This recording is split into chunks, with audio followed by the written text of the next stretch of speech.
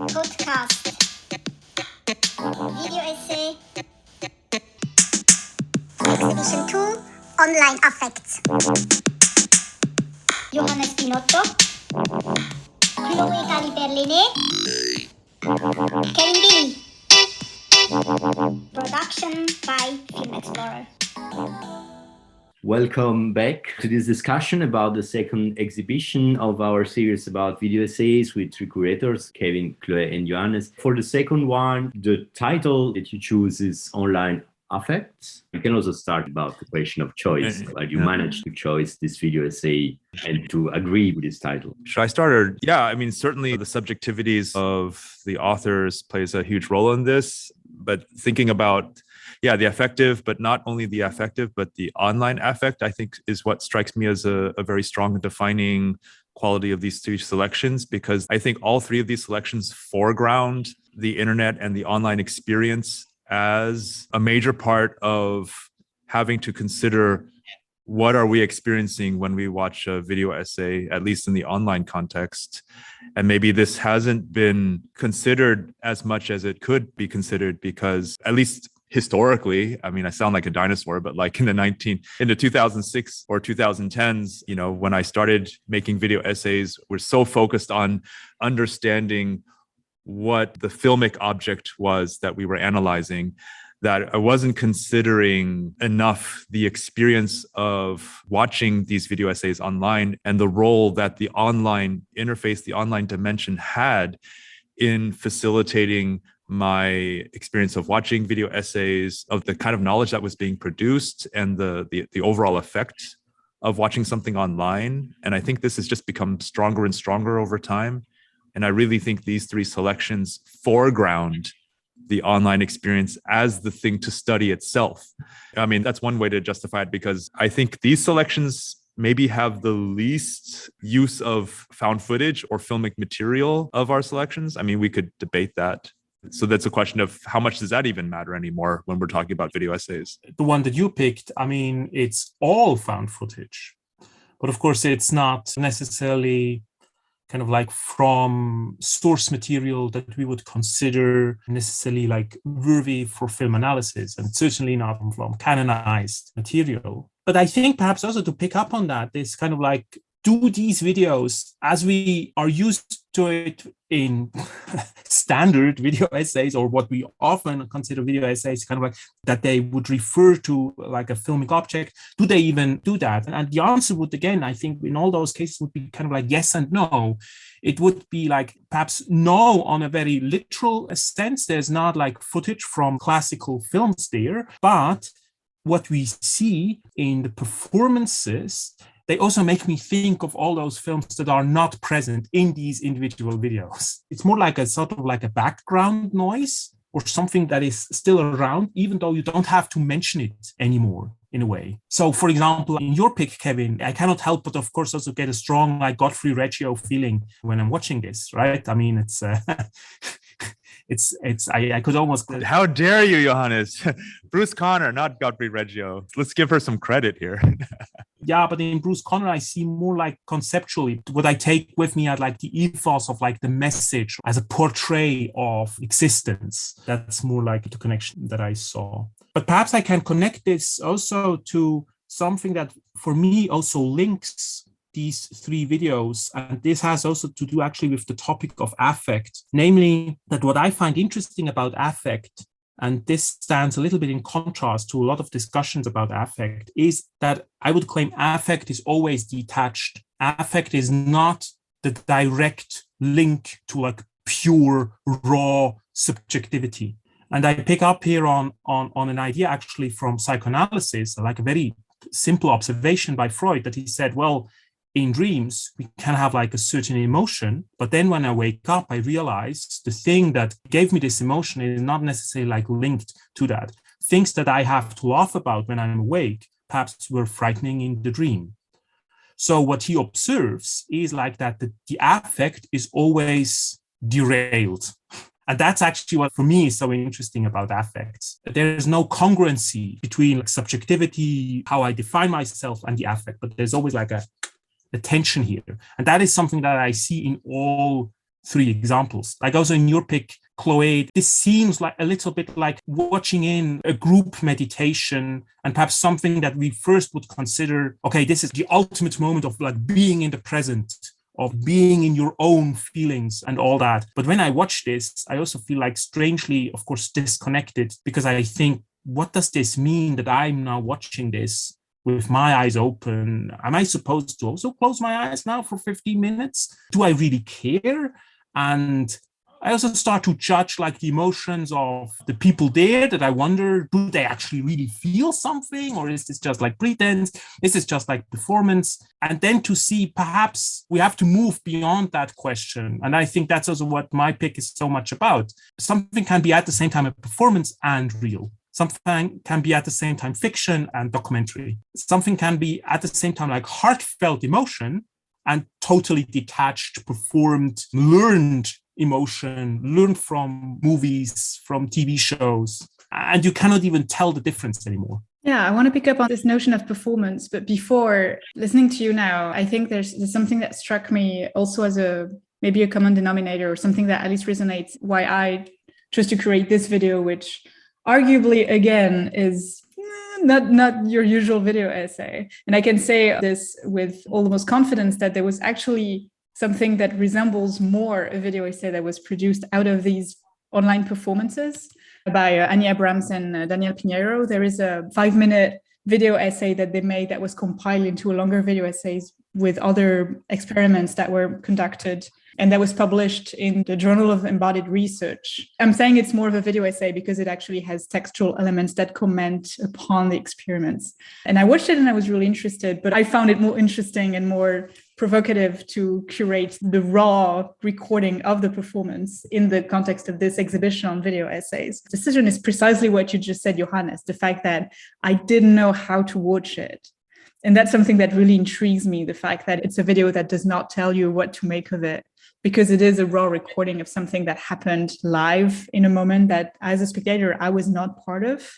And I have this desire to be included, while, of course, also not being part of the community whose image is being recorded in the video and the people who actually participated in the performance. And I think there's something unstable about this experience that the video is creating, when you're like, should I be watching? Should I close my eyes? Am I analyzing? Am I feeling? Can I do both? Which is perhaps the most interesting questions of them all. And I think this instability, I felt really strongly also with your 2 picks. In Johannes' picks, this video, you have this attempt at controlling the environment and performing this teaching with obviously a lot of humor and a lot of distance with the exercise that she's trying to perform, but this constant struggle with what your environment is throwing at you and your attempt at doing what you're supposed to be doing. Yeah, I felt it was very unstable. And also, of course, the very quick pacing of the edit, somehow reminiscent of like early YouTube vlogs as well. It's like jump cut in the middle of sentences. It gave me this feeling of, wow, okay, this performer is really trying to make the most of a situation that's super unstable around her. And I think in Kevin's pick, one thing that I really felt as I was rewatching it was the fact that the rhythm of the sound especially is never, ever stable. At first, you could seem like, okay, it's a repetition, it's a loop, and it's not. It's like always getting just a little bit longer, but just the exact amount of time that you don't really notice, but is enough to make you feel like your heart cannot get in sync, because it's always like, like always missing just a little bit or just a little bit too much time. It almost suffocated me, especially with the headphones on a small screen, because I was really trying to immerse, but then it almost gave me hiccups. I don't know how to say it. Like there was something in the rhythm that my body could not get into, which, well, I'm sure it was made on purpose. It was meant to create this sort of really uncomfortable experience as you were watching, and something that could be really soothing if just the rhythm had been a little more stable. And it could almost be like this sort of ASMR compilation of satisfying visual patterns. And, an audio loop becomes exactly the opposite of that. Super unsettling and really hard to feel comfortable with. Or at least that was my experience watching it. Absolutely. I mean, it's an interesting contradiction, because the film 1001 Attempts to Be an Ocean is compiled of many ASMR videos that the author Wang Yuyan was watching during COVID and just as a way of kind of getting through life. And then what she does with that footage in a way produces the opposite effect of state of restlessness and discontentment.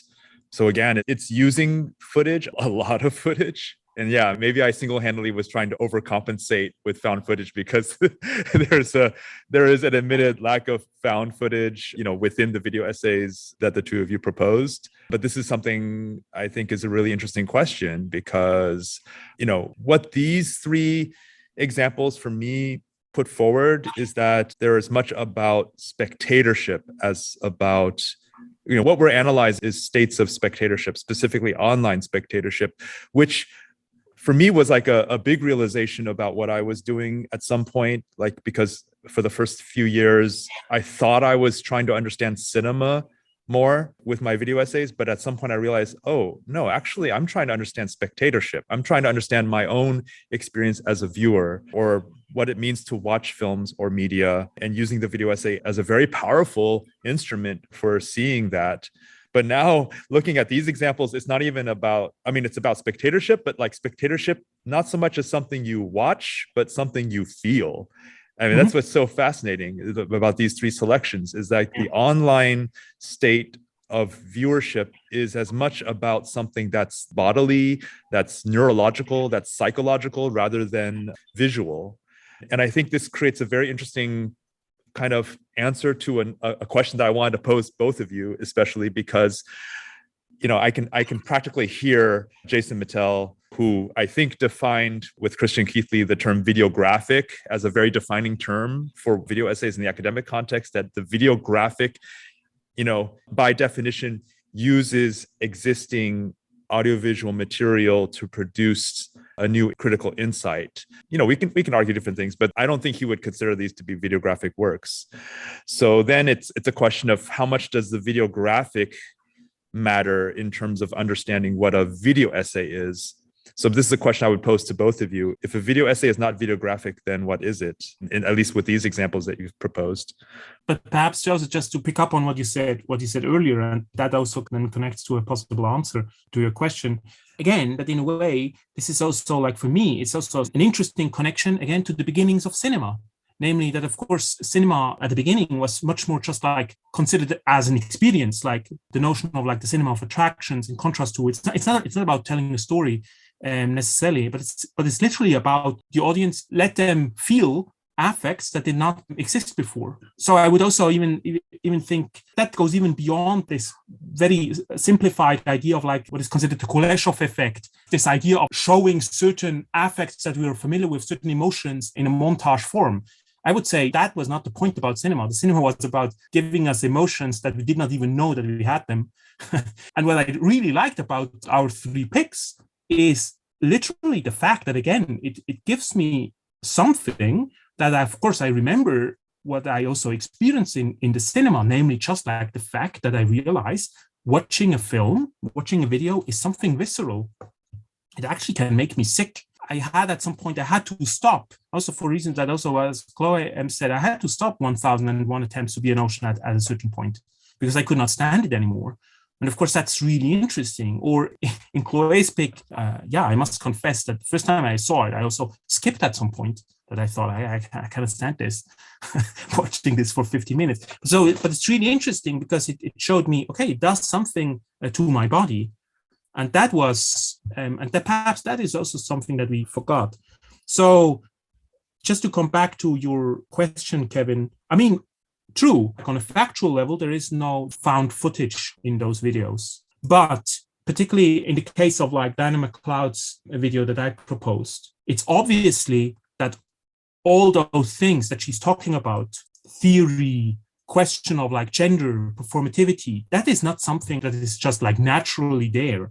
But that is something that we learn. That is from text. In German, we would say Rosinenpicken. We're not just like counting the amount of material. I would always claim we cannot help, but always also quote what we do. Even then when we pretend this is just like a raw performance of my heartfelt emotion, we cannot help, but also kind of like quote the films that we saw And we also cannot help that the audience of us, that they would be reminded of the films that they saw. So for me, videographic, things are much more often videographic than they are not. Yeah, that's a good way of putting it. I mean, I relate to a lot of what was said just now, also in being primarily interested in thinking about spectatorship more so than the analysis of images themselves or their ontology, if that makes any sense. I'm not saying this is the only way to approach video essays as a way of working or as a mode of study, but in my interest, it's definitely more so the case that I'm interested in the video essay as a way to explore the mind of a spectator or spectators at work in front of or immersed in footage, more so than as a way to, as we were saying actually last time, more so than as a way of grasping the film material and exploring its materiality. Though again, I understand this to be another way of working that's also interesting. But I was thinking about this because as you were asking, Kevin, or the way that I would rephrase your question, I asked myself, like, if I were to explain or to show, let's say, students what video essays are, would I be showing this performance by Annie Abrams? And then, no, I would probably not, or at least not in the introduction course. So then why would I choose it for this curation? The goal for this curation was to represent the form of the video essay in a way. And so I was thinking about this difference, like, why would I show it in one context and not the other? The justification that I found for myself relates very directly to what was discussed just now about the affects or the investigation of affects. And as I said earlier, like, I was interested in the spectatorial experience that this video creates, the recording of this live performance creates. And so what I would want to ask is not so much, is this video, the recording of the performance, is this video a video essay? Is this videographic? I would want to ask, can we watch this videographically? And that would be my answer to the question. One thing that I'm interested in with video essays is the fact that when I watch them, it creates time and space for me to think about what being a spectator means in the different ways of being a spectator. And I think this video did that to me. As I was watching it, it created 15 minutes for me to engage very directly and very physically to questions relating to, what am I doing in front of this screen right now? What's going on in my mind? What's going on in my body? Why does this video exist? And why am I deciding to spend time with it? But then, is the video doing that, or am I doing that as a spectator? Like, am I producing the research, or is the video producing it? I don't know. Does it matter? I don't know. Yeah, I was willing to defend the idea that there was something to be learned from the experience of watching it. And I think this idea that when you're a spectator of video essays, you're a participant of the research. It's not like the video is performing the entire argument and you're just receiving it. You are a participant because there is co-production of the meaning, I think, is an idea that is quite prevalent in the discourses about videographic criticism. And maybe at the end of the day, it relates to this idea of performative research, the notion that Catherine Grant has been defending in relationship to videographic criticism, borrowing from Brad Haseman, this idea that there's something performative about the method of videographic research that makes a difference between this method and written scholarship.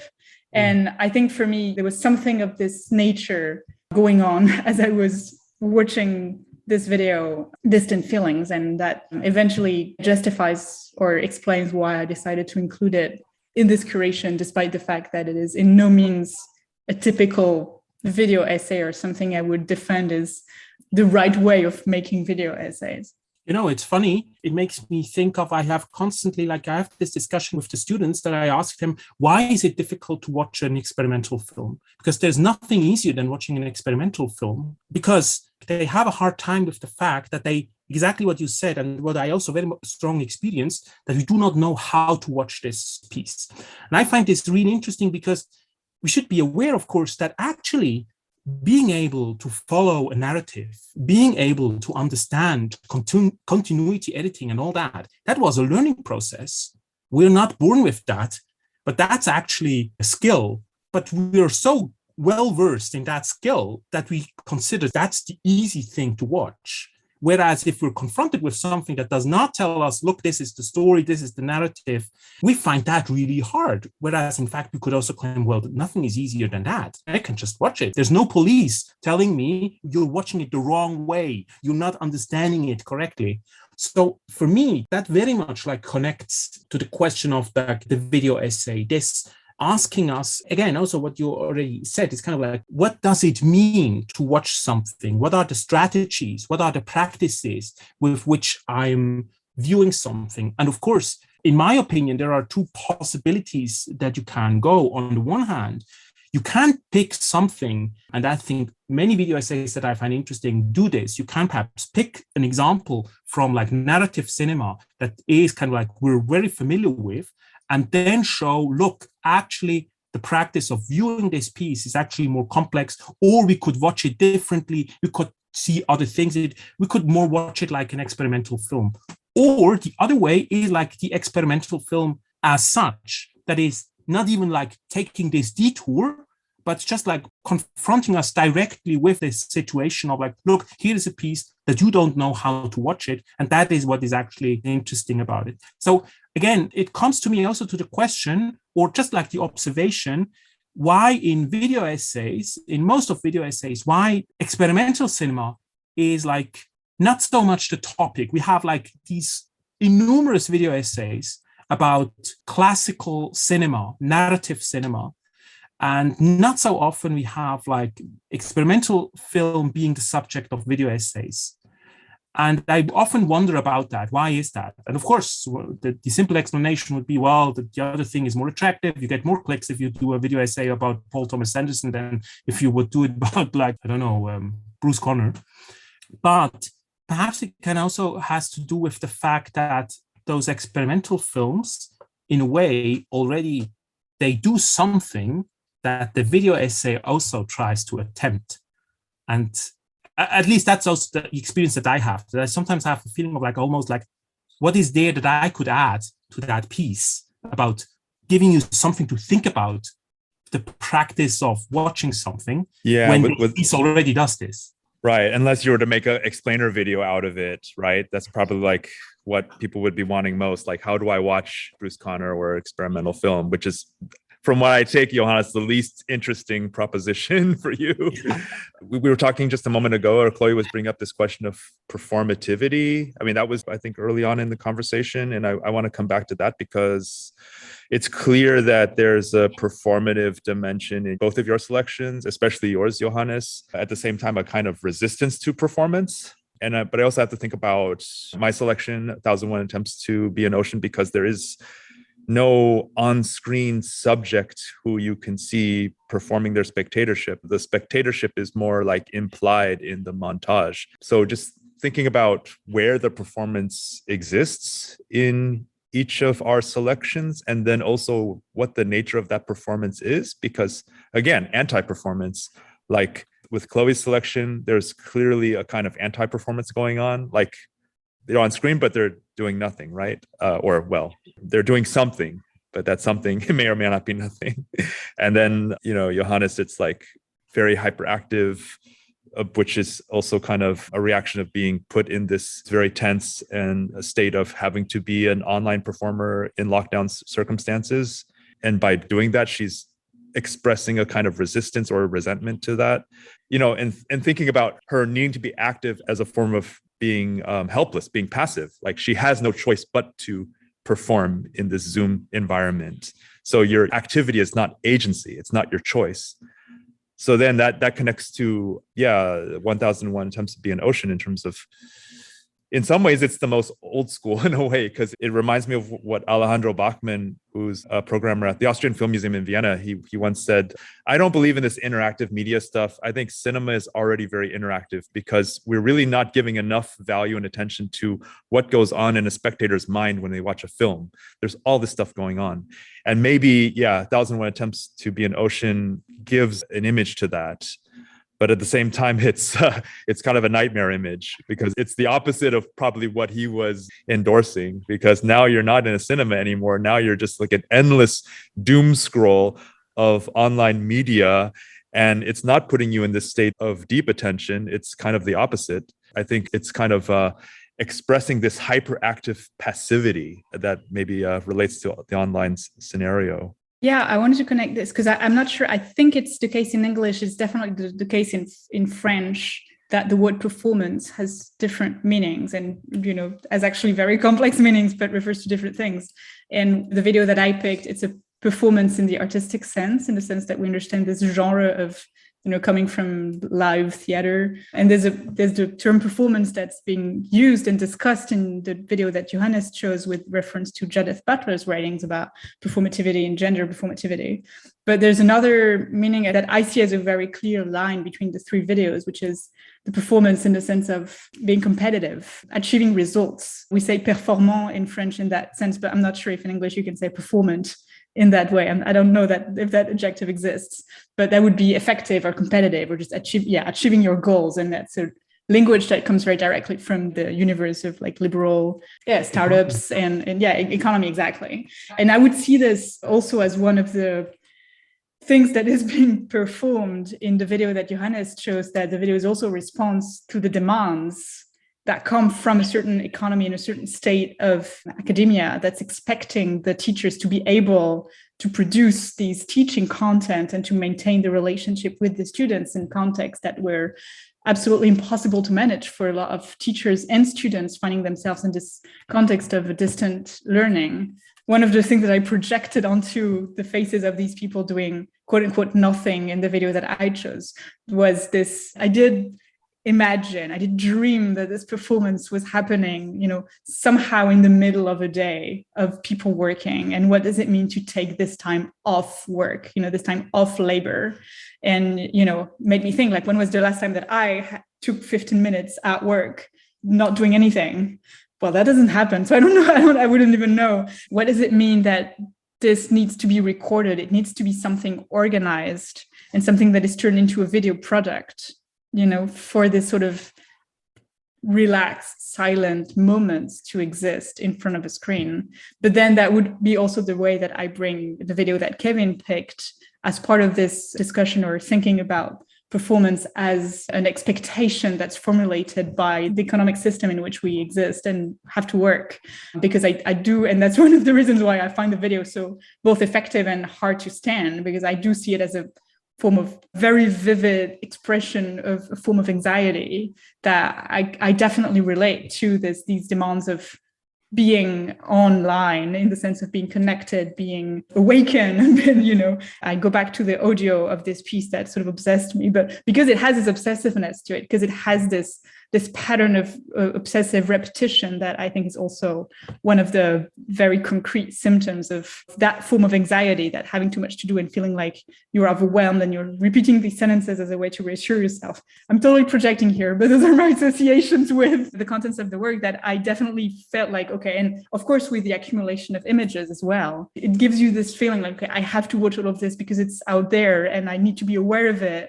And it's completely overwhelming. And so this idea of expectations and having to be your most productive self all the time, I think is part of, one could call, the online affect. And I think something that the videos that we picked manifest in their own singular ways.